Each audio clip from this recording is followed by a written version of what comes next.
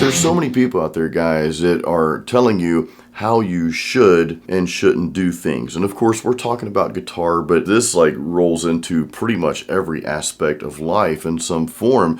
The problem with this is, and first, before I say anything else, I am truly grateful to be sitting here on camera with you watching my channel. I am so grateful for you, so I want you to know that. The problem that I see is that a lot of influencers and folks out there will tell you this is how you have to do it. This is the way you're supposed to do things, right?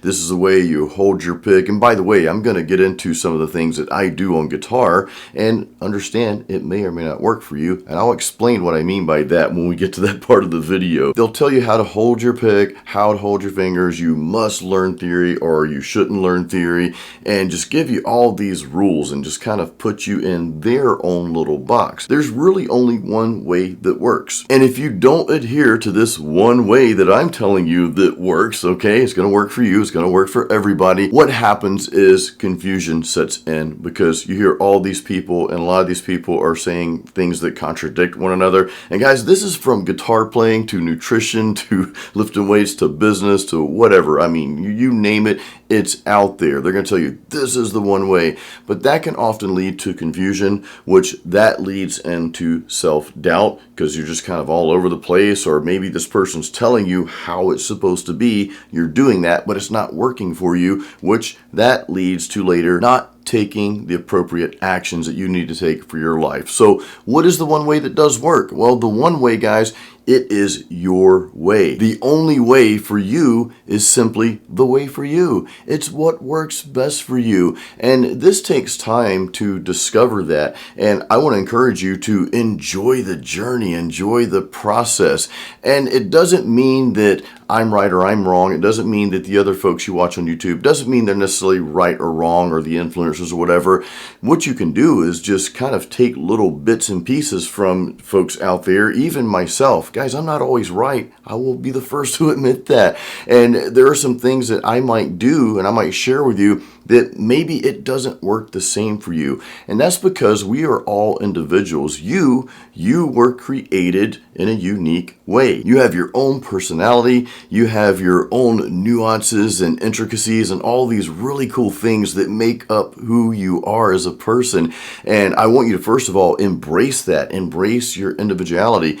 And I realize that we're constantly seeking a better way to do things. We want to learn. And again, thank you for being on my channel. I hope this channel helps you. I read your comments. I try to respond to them the best I can. And I see how my videos and courses and all that have helped you. So I'm grateful for that. But the one thing that you will hear me say like a broken record is you have to find what works best for you. What I show you might not work best for you, but what I hope to happen, if that way doesn't work for you, what I can only hope to happen is that it triggers you to find the way that does work best for you. Here's another little thing that I've noticed over my, how old am I? I'm 48 years old now, just turned 48 earlier this month. I have noticed that sometimes I'll find something that works for me real well for a period of time. That might change. Example, I've used .60 millimeter picks pretty much my entire life as a guitar player since like 1989. At one point in time, I think this is maybe about 10 years ago, I bumped it up to .73, okay? Recently, probably about 2 years ago, I bumped it up to .88. Now, I've tried all kinds of picks. I even had somebody send me a bunch of picks, like, man, you gotta try thick picks. That's what works. Well, I did try them. Didn't work for me. Now, that didn't mean it was the right or wrong way. It was just the thicker picks were right for this person over here. But these particular picks, which now the .88, and I don't see that changing anytime soon, but hey, I don't know. I can't say it won't change in another 5 years. I might go back to .60. I might bump it up another notch. I don't know. The point, though, is you find what works for you, and that's what works really well. The .88, it works really well for me right now, and I am going to embrace that. I am going to just okay, this is what works for me. I'm happy that I have something that works for me. So I want you to think about this in your guitar playing. And really, again, this rolls into multiple facets of life, that you need to come up with your own unique way of doing things, the way that works best for you. What you hear over here, this new nutrition plan, because that's a big one, right? Well, no, you got to do this or got to do that. Or, of course, everything these days is backed and proven by science. How many times do you hear that? And of course, everything that's backed by science contradicts itself, right? So again, back off of those types of things. And I would be very careful, guys, on who you listen to.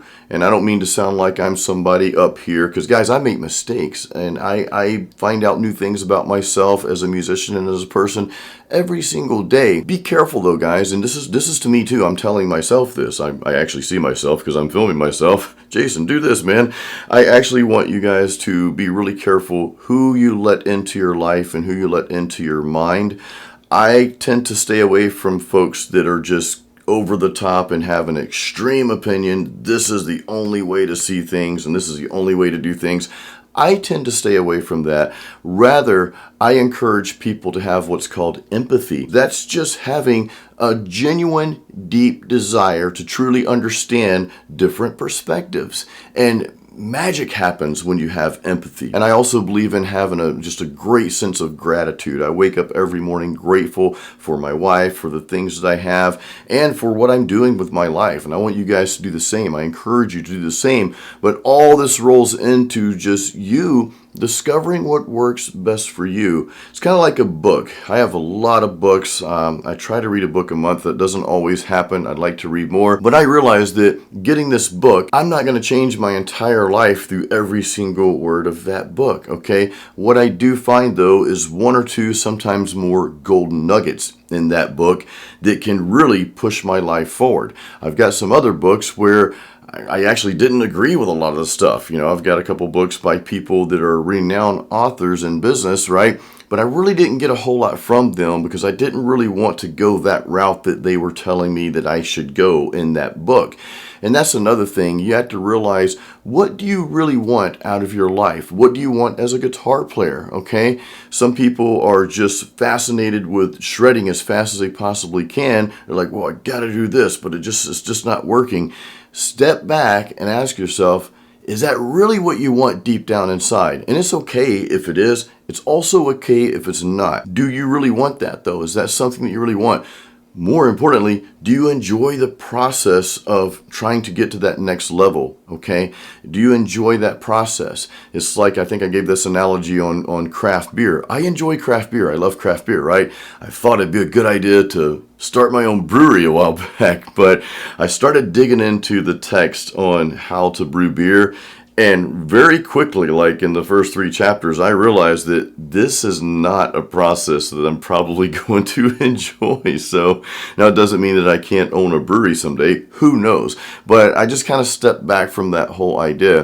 And I was like, okay, the process of brewing beer, I love to taste beers, but this process is not for me. I know this is not something I'm going to enjoy. I'm not going to enjoy the process. So make sure that whatever your goal is, that you also fall in love with the process, that you're not so obsessed, well, I'm only here, but I need to be way up here and I need to get there as fast as I possibly can. Look, aggression can be a good thing in that sense and having the ambition. However, if you're not enjoying that journey that will get you to that place, you might find that you don't really enjoy that place. A lot of people want the result, but they don't want to do the work that it takes to get there. And I truly believe you have to find some kind of enjoyment in doing that. I also believe, to circle back around what we started this video on and what this whole video is about, I also believe you need to find and develop and create, because you are a creator. You need to develop and create your own way of getting to that goal, okay? Because this person over here, they may use this line of methods and they could write out the 21-step plan on how to get there. You could follow that plan to the T and still not get there. Look, I can put 3 of you on the same workout plan, same nutrition plan, and you'll get results, but you'll all get different results. So we'd have to fine tune that. And I'm not a trainer, guys. I'm just using this as an example. I know some of you lift, but you'd have to really dial down and understand that, okay, well,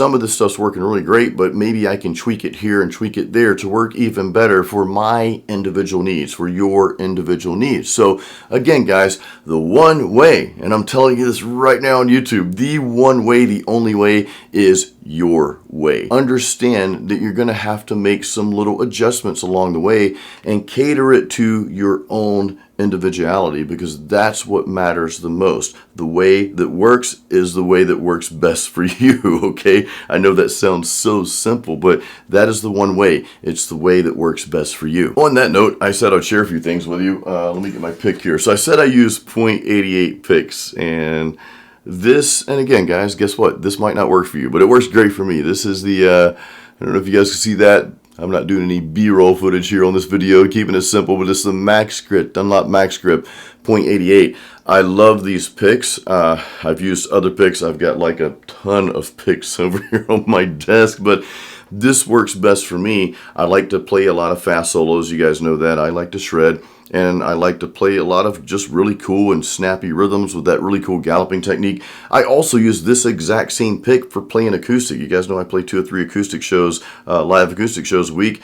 I like to keep things as simple as possible.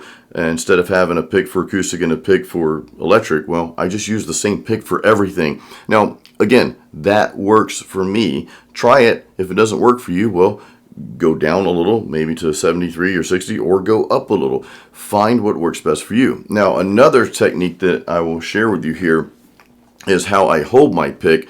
I think somebody told me this is the Hetfield style. I never really dig into that kind of stuff, to be honest with you guys. I just don't, you know, and I'm a big Metallica fan, especially the older stuff, of course. You know, I started listening to them in '88, something like that, right before I started playing guitar in '89. But I hold my pick like this. So I have 2 fingers, my first 2 fingers on that side there, and then you can see my thumb on this side here. Now, some people hold it like this with just the 1 finger and the thumb. That works very well for some people. I've tried playing like that. It just does not work for me. So that's exactly how I hold my pick. I've got a whole video on picks, how I hold my pick and all that. I think I put that out about a year or so ago. But that's how I hold my pick. Again, it may work for you. Try it. It might not. And if it doesn't work for you, just know that it doesn't mean that Jason's way is wrong. It doesn't mean it's right. It just means that Jason's way is right for Jason, and the way that works for you is right for you. Okay, that's what this whole thing is about. That's the best way, your way. Now, another thing that I'll point out here, and I've got videos on all this stuff going more in depth, but this is a good tip here too, guys. What I notice is when I'm playing down strokes, when I'm down picking, my pick has a tendency to kind of go at the angle down towards the bridge. Not all the way that way, but just kind of in that direction when I'm playing downstrokes, right? My pick sort of slants that way. When I'm alternate picking, okay, back and forth, well, I notice that my fingers and pick have a natural tendency to slant the other way, sort of going towards that front pickup or the neck here. Not all the way, not in an extreme sense, but just kind of, it's just guided that way. And that's one of the secrets for me. Again, this is what works for me. That's been one of the secrets to picking really fast, is just making that slight little shift, all right, when I'm playing downstrokes, going kind of in that direction, making that slight little shift when I'm alternate picking. Okay, my palm kind of moves just a little bit, and then my pick's kind of going at a different angle. Another thing I want to share with you guys real quick, and I didn't really expect to give guitar tips in this video, but hey, why not? That's what we're here for.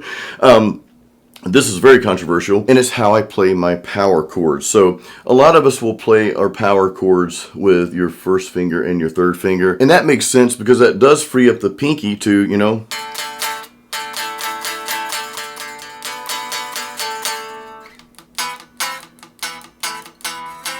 but I don't always play my power chords that way a lot of times, and there's no rhyme or reason. Again, it all comes back to your own individuality and your own authentic way that just kind of naturally comes to you as you play guitar. I oftentimes just use my pinky for that. And even if I'm going to use my pinky for another note, and that's not ideal at all for most people, but it's just the way I do things. And I'll switch it back to this sometimes.